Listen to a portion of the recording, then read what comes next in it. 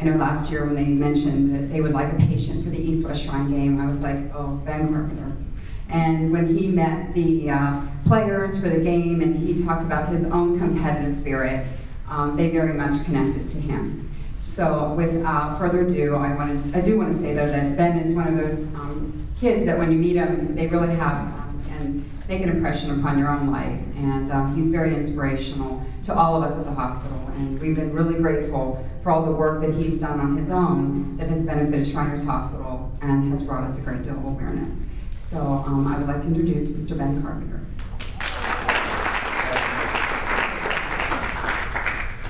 Well, good afternoon, ladies and gentlemen. My name is Ben Carpenter, and I've been asked to come here today and speak with you about my role as a patient ambassador for the Shriners Hospitals for Children.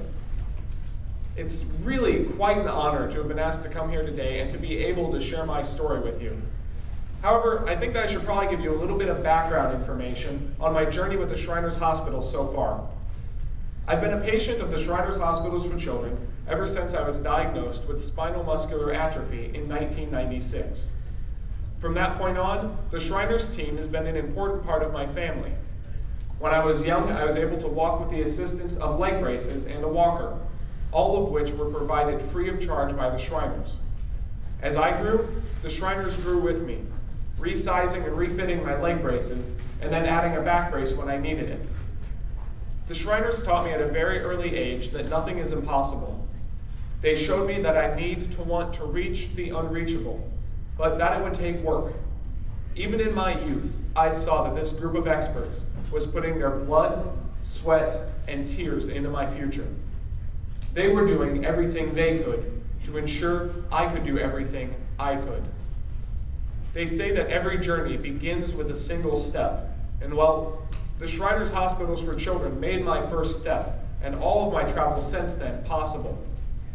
I guess that you could say I became a patient ambassador almost as soon as I could talk. Almost all of my experience as an ambassador has been through public speaking.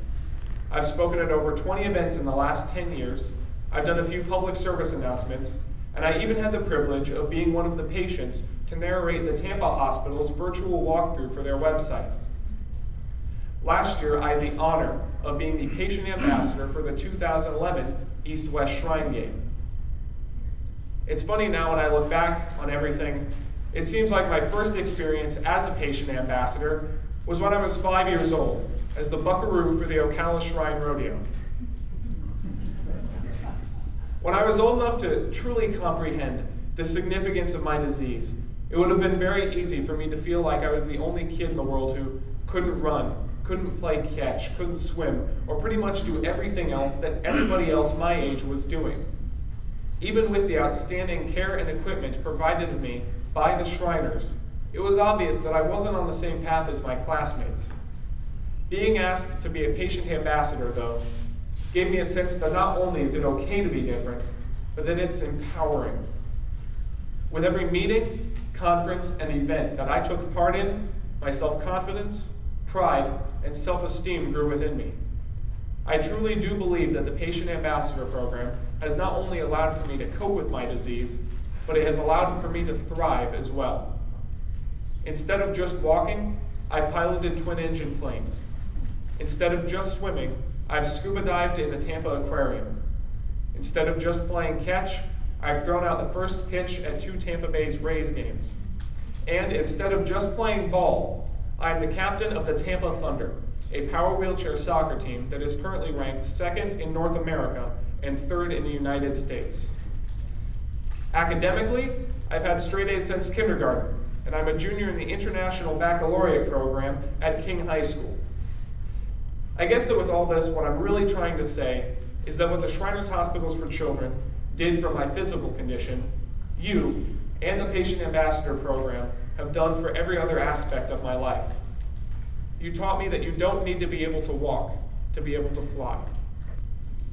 When I was asked to give this presentation, they asked me to bring up some ideas on what I thought would help make the program more dynamic and more powerful for the future.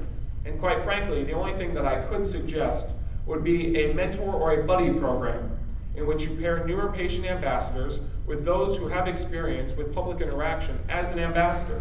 So that way you can ensure that not only are they learning from you, but that they're learning from each other as well.